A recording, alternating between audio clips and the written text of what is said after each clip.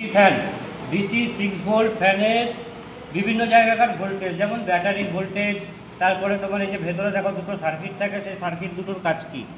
এখানে একটা সার্কিট আছে, সেই সার্কিটটা এটা হচ্ছে এসএমপিএস।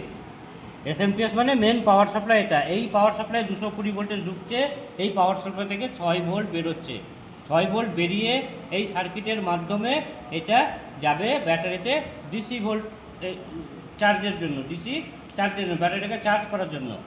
আর ব্যাটারি থেকে ভোল্টেজটা নিয়ে এই সার্কিটের মাধ্যমে রেগুলেটরের সাহায্যে এখান থেকে আউটপুট দেওয়া হয় মোটরটাকে ঘোরানোর জন্য।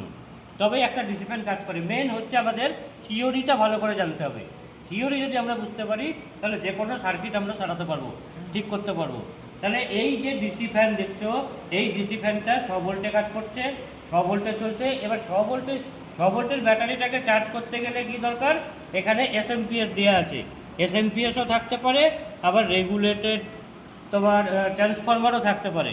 মেন হচ্ছে আমাকে একে চার্জ দিতে হবে। চার্জ দেওয়ার জন্য আমাদের এখানে এসএমপিএস, এই এসএমপিএসটা তোমার খুব ভালো এসএমপিএস। এখানে 220 ভোল্টে ঢুকছে এবং 6 ভোল্ট বেরোবে। যদি এই এসএমপিএস মানে সুইচ মোড পাওয়ার সাপ্লাই, যাতে ভোল্টেজ আমার কমে যদি 150-200 হয়ে যায়, তাও এ একই ভোল্টেজ আউটপুট দিবে।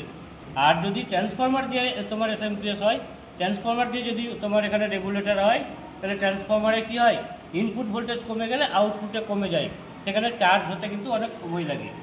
আর এই ফ্যানগুলো তাড়াতাড়ি চার্জ হয়ে যায়, তার কারণ এসএমপিএসের কাজ হচ্ছে ফাস্ট চার্জিং।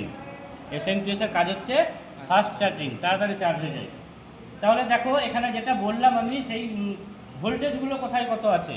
ফার্স্ট হচ্ছে 220 ভোল্ট, আমি মিটারকে সেট করবো এসি ভোল্টে, এসি 600তে সেট করলাম।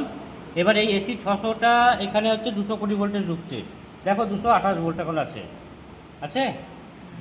তারপর দেখো এখানে 6 ভোল্ট আউটপুট হচ্ছে, এটা হচ্ছে আউটপুট, ওটা ইনপুট, এটা আউটপুট। এসএমপিএসের আমাদেরকে এই দুটোই দেখতে হয়, ইনপুট আউটপুট ঠিক আছে কিনা।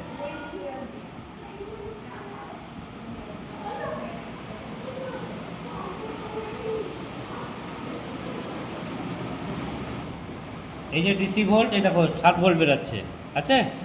তাহলে এই ডিসি ভোল্টেজটাই আমাদের এই যে ব্যাটারির দুটো পয়েন্ট দেখো, আমি একটা খুলে দিই ব্যাটারির পয়েন্ট, খুলে দিয়ে এটা নেগেটিভ আর এটা পজিটিভ আর এটা নেগেটিভ। দেখো 7 ভোল্টেজ এখানে আসছে। তাহলে এই ভোল্টেজটা এসে ব্যাটারিতে চার্জ হচ্ছে। আর এখন ব্যাটারিতে ভোল্টেজ কত আছে, ব্যাটারিতে ভোল্টেজ আছে 5 ভোল্ট। তাহলে এটা হচ্ছে 6 ভোল্টের ব্যাটারি। ক ভোল্টের ব্যাটারি? 6 volt battery. তাহলে আমাকে এখানে ভালো করে চার্জ দিতে হবে, তবে আমার মোটরটা ভালো রান করবে।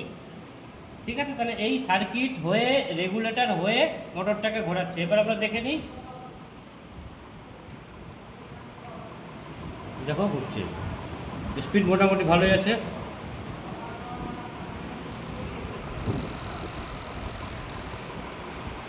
ওকে।